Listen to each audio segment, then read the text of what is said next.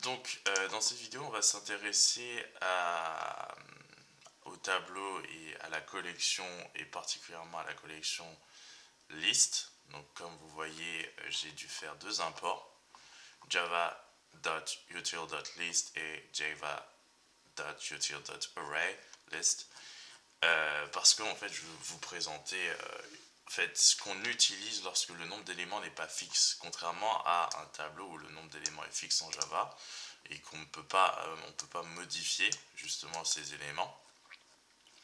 Eh bien, ce n'est pas le cas d'une liste. Et donc, je vais vous expliquer un peu comment ça fonctionne. Donc, on va essayer de faire une liste qui utilise ces informations-là.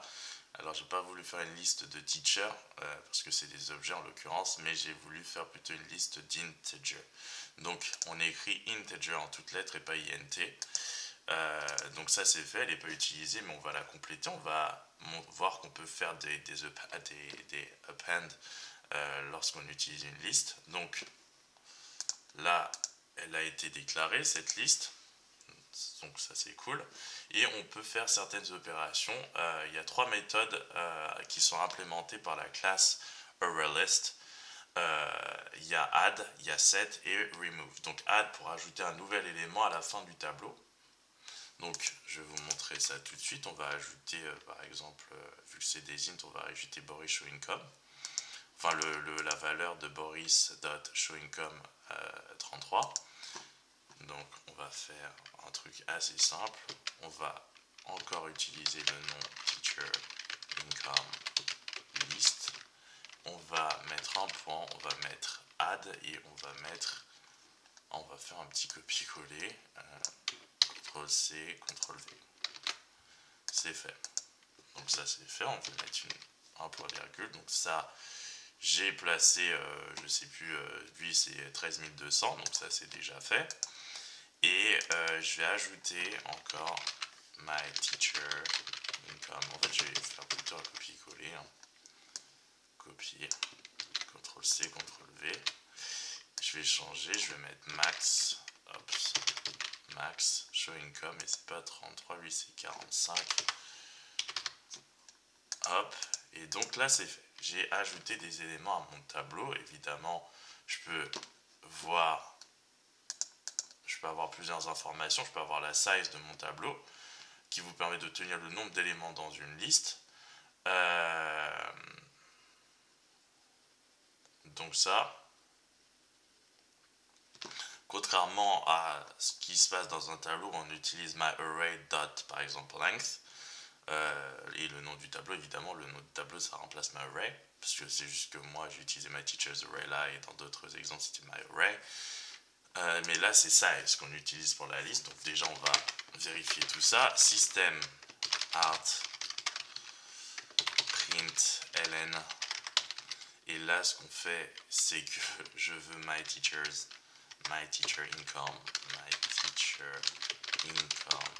list dot size up. Donc ça c'est fait, je veux la connaître. Je mets un point virgule. Ça c'est fait, je fais un petit copier. Oh non, si je copie un peu trop là. Copier. Et je vais mettre ça. CTRL V.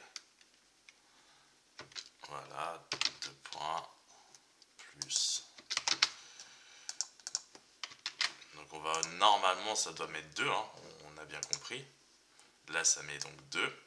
Parfait, il y a évidemment deux éléments, puisqu'on a add 13 200 et 18 000. Donc ça c'est clair. Ensuite, maintenant je veux accéder effectivement je veux accéder effectivement à, par exemple, à la valeur du premier élément de cette liste. Donc on va essayer de faire ça.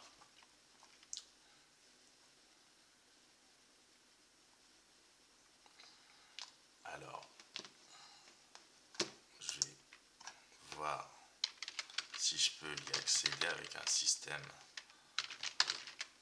out print ln, et là je vais par exemple vouloir accéder à my teacher income list. Évidemment, on va voir ce que ça va donner. Ah mince. Alors là, comme vous pouvez le voir, c'est pas possible, must be an array type but it resolves to list integer. Donc là, c'est pas bon, on peut pas du tout accéder de cette façon à un élément du tableau. Alors on va essayer de voir si de la liste, pardon. Alors on va essayer de voir si on peut accéder à la liste clairement. Et effectivement, on peut accéder aux valeurs de la liste 13 200 et 18 000. Ça c'est super, contrairement à un tableau, comme vous avez pu le voir précédemment, on pouvait pas, c'est-à-dire que si je fais my teachers array, je suis pas certain qu'on ait le même topo.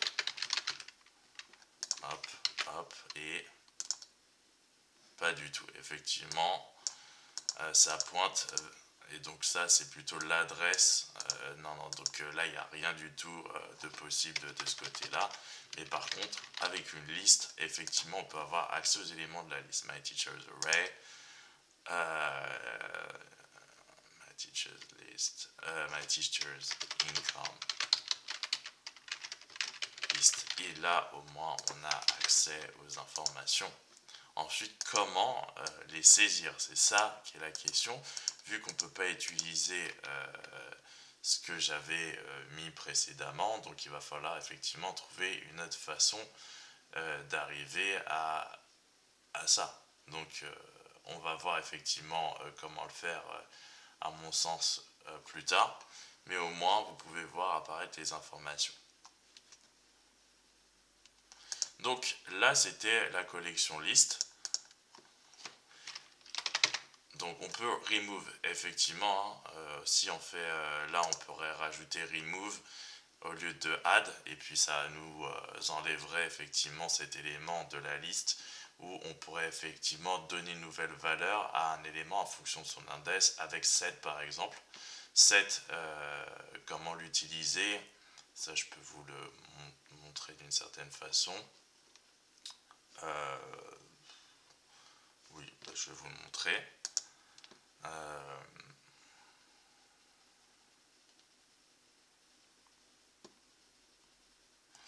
Donc je vais à la place de ça, alors ça on va dire que c'est à l'index nécessairement 1.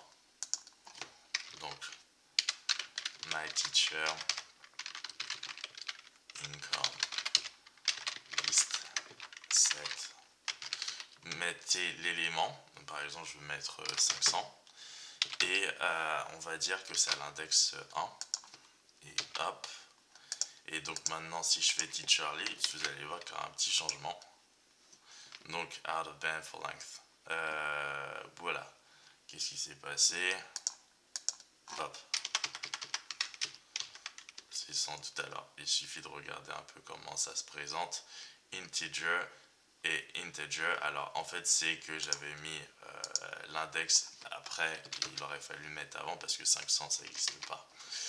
Donc je vais mettre plutôt ça. Là maintenant il n'y aura plus de soucis. Et donc voilà, ça a remplacé effectivement la valeur max.showIncome 45 qui représente donc, je me souviens plus, 18 000, à part 500. Puisque en réalité c'est cette valeur qui a l'indice 1. Donc c'est comme ça qu'on peut un peu modifier la valeur d'un élément de la liste, contrairement à ce qui se passe avec un tableau dans lequel on ne peut pas modifier. On peut accéder et définir, mais on ne peut pas modifier la valeur d'un élément du tableau. Donc voilà. On va sans doute continuer dans une prochaine vidéo avec d'autres petites informations. Donc là je vous ai présenté size, je vous ai présenté add, set, il y a remove aussi. On aurait pu enlever Boris, hein, clairement. Mais à la fin, ce serait peut-être plus intéressant si ça va provoquer une erreur parce que l'indexation ne va plus être la même. Mais donc voilà. Ensuite, on va voir une collection d'ordonnées, donc les ensembles, mais dans une prochaine vidéo.